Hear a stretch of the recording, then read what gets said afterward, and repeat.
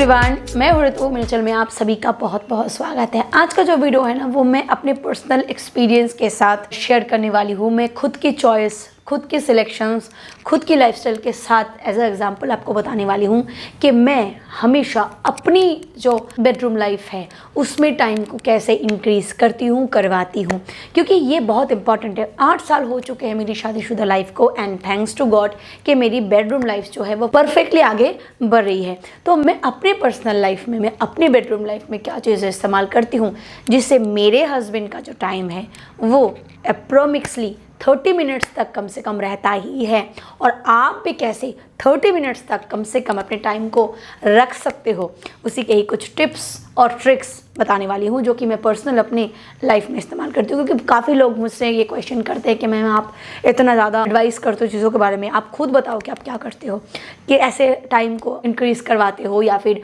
आपका जो टाइम है, आपकी जो बेडरूम लाइफ है वो कैसी है। तो मैं शॉर्ट एंड स्मूथली इस वीडियो में सारी चीज़ें शेयर करने वाली हूँ कि मैं खुद क्या करती हूँ और आपको क्या करना चाहिए। देखिए, मेरा पति क्या, कोई भी मेल पार्टनर जो है कंटिन्यूअसली 30 मिनट तक पेनिट्रेट नहीं कर पाता, बट फीमेल पार्टनर को 30-45 मिनट चाहिए होता है। समय के साथ साथ, यानी कि जब हमारी शादी हुई थी, डेफिनेटली उस वक्त में जो टाइम था, 8 साल के बाद जाके डेफिनेटली हमारा टाइम घटा है। हमारा नहीं, बहुत से कपल का भी टाइम घटता है। आई बिलीव कि 80% कपल का टाइम घटता है। इसके पीछे वजह ये होती है, शुरू में एक्साइटमेंट बहुत ज़्यादा बढ़ती है, हमारी बॉडी नई होती है तो छूने से ही एक्साइटमेंट पैदा होनी शुरू हो जाती है। फिर धीरे धीरे हम यूज्ड टू हो जाते हैं, तो उसके बाद हमारी जो फोरप्ले टाइम होती है वो बहुत इंपॉर्टेंट होती है। और फीमेल पार्टनर का ये जो टाइम सर्कल है ना, वो पेनिट्रेशन का सर्कल नहीं होता, बल्कि अलग अलग फेज़ के साथ होता है। अगर हम इसको 3 फेज़ में डिवाइड करें, पहले फेज़ में आता है फोरप्ले, दूसरे फेज़ में आता है पेनिट्रेशन, और तीसरे फेज़ में आता है आफ्टर प्ले। मैं खुद इन फेज़ को कैसे मेंटेन करती हूँ और आपके साथ मैं वही चीज़ें शेयर करने वाली हूँ। अगर हम बात करें कि फीमेल पार्टनर को आधा घंटा कम से कम चाहिए ही, तो आप अपने आप को आधा घंटा कैसे रोकोगे, क्योंकि आपका तो इरेक्शन हो चुका। अब इस इरेक्शन को आपको आधे घंटे तक मेंटेन करना है। आप कैसे करोगे, क्योंकि मेल पार्टनर जैसे ही सोचता है अगर उसके बॉडी में सब कुछ ठीक है तो इरेक्शन आ जाता है, बट फीमेल पार्टनर के केस में तो ऐसा नहीं होता। भाई, मेरे केस में भी ऐसा नहीं होता, मैक्सिमम फीमेल केस में भी ऐसा नहीं होता। हाँ, जो फीमेल एक्सेसिव बोल्ड होते हैं ना, नर्सिसिस्ट की बात मैं कर रही हूँ, या फिर नाइम्फो फीमेल्स की बात करूँ, तो उनके केस अलग है। मैं नाइम्फो नहीं हूँ डेफिनेटली। फोरप्ले में मुझे वक्त लगता है, बहुत से औरतों को वक्त लगता है। तो शुरू में कम से कम 10-15 मिनट अगर आप अपने फीमेल पार्टनर को फोरप्ले में इन्वॉल्व करोगे तो आपकी फीमेल पार्टनर पूरी तरीके से रेडी हो जाएगी। इस टाइम पे रिएक्शन को आप इस तरीके से मेंटेन कर सकते हो कि फीमेल पार्टनर को बोल सकते हो कि वो आपके प्राइवेट ऑर्गन को अपने हाथों से टच करे। चाहे तो आप ब्लो जॉब दिलवा सकते हो, ना पसंद हो तो हाथ से ही टच करा सकते हो। इससे आपका इरेक्शन मेंटेन रहेगा, सबसे पहली बात। अब आते हैं पेनिट्रेशन प्रोसेस में। पेनिट्रेशन प्रोसेस में मैं पहले भी बहुत सारी वीडियोस में बता चुकी हूँ कि स्लो एंड स्टडी होना चाहिए। शुरुआत में स्लो एंड स्टडी। अब ये जो प्रोसेस है, यानी कि आप फोरप्ले कर रहे हो, आप पेनिट्रेशन प्रोसेस में जा रहे हो, आफ्टर में जा रहे हो, इसमें कुछ चीज़ें होती है, ट्रिक्स होते हैं जो बहुत काम करता है। स्पेशली मैं जो चीज़ें फॉलो करती हूँ वो बताती हूँ। पहली बात कि आपका जो रूम है ना, वो क्लियर और नीट एंड क्लीन होनी चाहिए। आप चाहे कुछ भी करो भाई, आपका बेड जो है ना वो साफ़ सुथरा होना चाहिए, क्योंकि वहाँ पे जब आप जाते हो ना, आपको सुकून मिलना चाहिए। वहाँ जब आप अपने बॉडी को छोड़ दोगे ना, तो वो जो सेटिस्फैक्शन आपको आना चाहिए, आपका उस टाइम भी आपका मूड बन जाता है। और बेड अगर बिखरा पड़ा है, चादर से स्मेल आ रही है, तकिए से स्मेल आ रही है, तो फिर ये मूड को ख़राब करता है। भाई, वो सिर्फ काम करना होता है। तो बेड को हमेशा साफ़ सुथरा रखना बहुत ही ज़रूरी है, नीट एंड क्लीन रखना बहुत ही ज़रूरी है। इसके बाद जो चीज़ें मैं पर्सनली अपने लिए भी फॉलो अप करती हूँ वो है कोई एनर्जेटिक ड्रिंक पीना। यानी कि बहुत से कपल्स का ना अपना अपना टाइम है।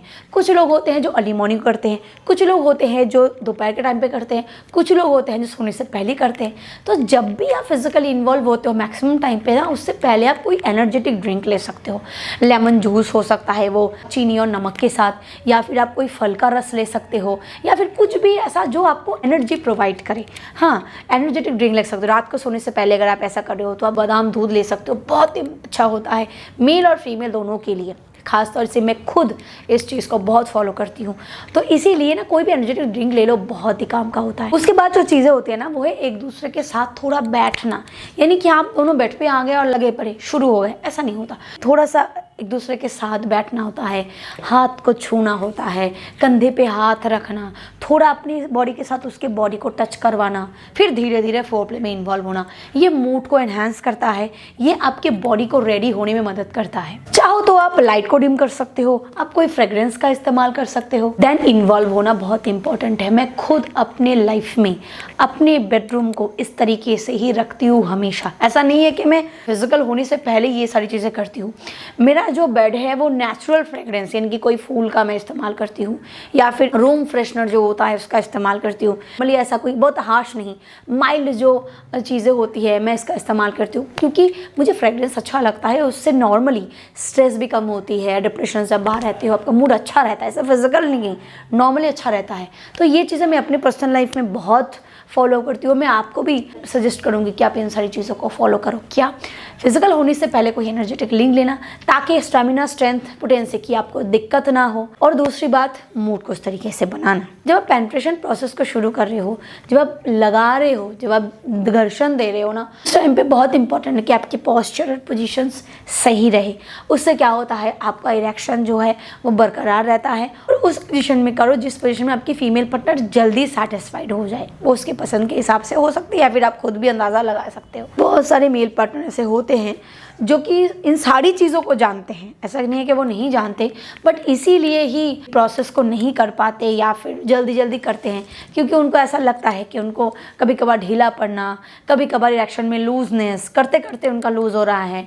तो उस केस में ना दोस्तों, ये सब चीज़ें डिले करना कोई सोल्यूशन नहीं, बल्कि आप इसमें आयुर्वेद का सहारा ले सकते हो। मैं बहुत सारी वीडियोज़ में बताती हूँ कि आयुर्वेद कैसे हमारे हेल्थ के लिए वरदान होता है, और हम तो इंडियंस है ना, ये तो हमारे लिए गिफ्टेड है। तो आप चाहो तो आप मेंश्योर के अपराइट का इस्तेमाल कर सकते हो। ये डिज़ाइन ही किया गया है उन लोगों के लिए जिनको ढीलेपन की शिकायत है, और एक मॉडरेट जिनको ईडी है, यानी कि बहुत सीरियस लेवल पे ईडी की प्रॉब्लम नहीं है कि एकदम खड़ा ही नहीं होता, उनके लिए इसका रिजल्ट मिलना काफ़ी लेट से होता है। पर जिनको मॉडरेट इरेक्शन में प्रॉब्लम है, कभी कभार ढीला पड़ जाता है, थोड़ी बहुत इरेक्शन की इश्यूज़ हो रहे हैं, या फिर ढीलेपन में शिकायत हो रही है, लंबे समय तक उनका खड़ा नहीं रह रहा है, उनके लिए मेंश्योर अपराइट वरदान साबित हो सकता है। लंबे समय तक अगर आप इसका इस्तेमाल करोगे तो आपको हाथों हाथ रिजल्ट मिलना शुरू हो जाएगा। इसमें वो सारे नेचुरल इंग्रेडिएंट्स है, एज लाइक करकरा, लक्ष्मणा जिनसेंग, जायफल, अश्वगंधा, कंच बीज, तुलसी बीज, सफेद मुसली, तंगन बीज, लौंग, विदार, जवित्री, मकरध्वज, अब्राग, वसम और शुद्ध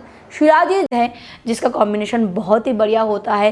ये आपके पूरे बॉडी में ब्लड फ्लो को बढ़ा के ब्लड सर्कुलेशन को मेंटेन करता है, आपके वेन्स को वाइडर बनाता है, रिलैक्स करता है, जिससे आपकी जो ढीलेपन की शिकायत है वो काफ़ी हद तक सॉल्व होती है, और वेन्स को स्मूथ बनाता है, वेन्स को रिपेयर करने में काफ़ी ज़्यादा मदद करता है, डिप्रेशन लेवल को भी कम करके आपके जो नाइट्रिक ऑक्साइड है बॉडी में उसको प्रोड्यूस करने में मदद करता है, जिससे इरेक्शन और ज़्यादा हार्ड होता है। तो अगर आप इसका इस्तेमाल करना चाहते हो तो डिस्क्रिप्शन बॉक्स में आपको इसके सारे लिंक्स मिल जाएंगे, आप चेकआउट कर सकते हो। ये जीएमपी सर्टिफाइड है, आईएसओ सर्टिफाइड है, ट्रस्टेड प्रीमियम ब्रांड है, विदाउट एनी साइड इफेक्ट आपके बॉडी में काम करता है। सो यूज इट। और लास्ट में हम बात करेंगे अब आफ्टर प्ले के बारे में। आफ्टर प्ले वो कब होता है, यानी कि आपने डिस्चार्ज कर लिया, आपकी फीमेल पार्टनर भी संतुष्ट हो गई, उसके बाद काफ़ी सारे पुरुष होते हैं जो तुरंत ही मुंह घुमा के सो जाते हैं। इससे ना फीमेल पार्टनर के साइकोलॉजिकल फेज में बहुत ज़्यादा असर पड़ता है। फीमेल पार्टनर सोचती है भाई इसी के लिए मेरे पास आया था, ऐसा नहीं करना चाहिए। इवन मैं खुद भी इस चीज़ को बहुत ज़्यादा डिसलाइक करती हूँ। भाई जब हम दोनों डिस्चार्ज होते हैं, जब हम दोनों संतुष्ट होते हैं ना, तो हम दोनों हाफ जाते हैं और हमें एक इमोशनल बॉन्डिंग की ज़रूरत होती है। उस टाइम पे बहुत लंबे समय तक ना भी सही, 1-2 मिनट के लिए अपने एक दूसरे को हक कर लेना, एक दूसरे को थोड़ा सा थोड़ा सा एक दूसरे के ऊपर लेट जाना, या फिर ऐसे ही टच करके सो जाना, ये और ज़्यादा यानी कि आपके हार्मोन लेवल को बैलेंस करने में बहुत मदद करता है। आफ्टर प्ले बहुत इंपॉर्टेंट है। ये पूरा का पूरा फेज जो है ना फीमेल पार्टनर का, इसको फीमेल टाइमिंग कहते हैं। मेल पार्टनर का टाइम सिर्फ पेनिट्रेशन का होता है, फीमेल पार्टनर का ये तो 30 मिनट की हम बात करते हैं ना, ये four play, penetration, after play तीनों का मिलकर होता है। ये किसी का 30 मिनट हो सकता है, किसी का 45 मिनट, किसी का तो 1 घंटा भी हो सकता है। ठीक है। तो ये डिपेंड करता है, भले ही आप रोज़ रोज़ ना करो, हफ्ते में 2 बार करो, बट जब भी करो ना ऐसे करो कि आप दोनों सेटिस्फाइड हो जाओ। ये बहुत इंपॉर्टेंट है।